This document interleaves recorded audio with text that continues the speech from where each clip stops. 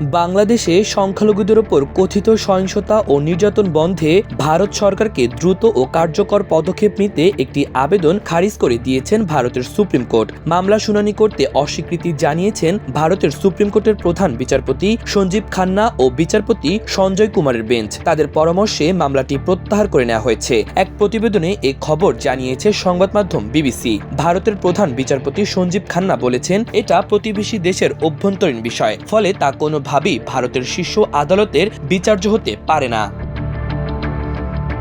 মামলাটি দায়ের করেছিলেন ভারতের ইসকন মন্দির স্টিয়ারিং কমিটির ভাইস চেয়ারম্যান এবং পাঞ্জাবে লুধিয়ানায় ভগবান জগন্নাথ রথযাত্রা কমিটির প্রধান রাজেশ ডান্ডা। তিনি পাঞ্জাবে লুধিয়ানার এক ধনাঢ্য ব্যবসায়ী ও সমাজসেবক। আবেদনকারী রাজেশ ডান্ডার পক্ষে প্রধান আইনজীবী ছিলেন ভারতের সাবেক অ্যাটর্নি জেনারেল মুকুল রোহাতগি।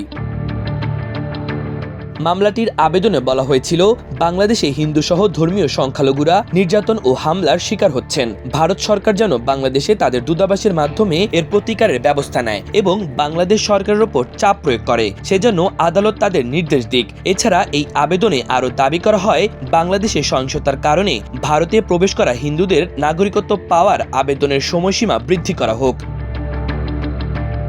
তবে প্রধান বিচারপতি সঞ্জীব খান্না দেন বলেছেন, এটা একটা পররাষ্ট্র সংক্রান্ত বিষয়, আমরা কিভাবে তা নিয়ে মন্তব্য করব। প্রতিবেশী একটি দেশের নিজস্ব বিষয় নিয়ে যদি আমাদের আদালত হস্তক্ষেপ করতে যায়, তাহলে তা খুবই অদ্ভুত ব্যাপার হবে। বেঞ্চের মনোভাব জানার পর মামলাকারীর আইনজীবী মামলাটি প্রত্যাহার করে নেন। তবে তিনি জানান, তার মক্কেল বিষয়টি নিয়ে ভারত সরকারের দ্বারস্থ হতে পারেন।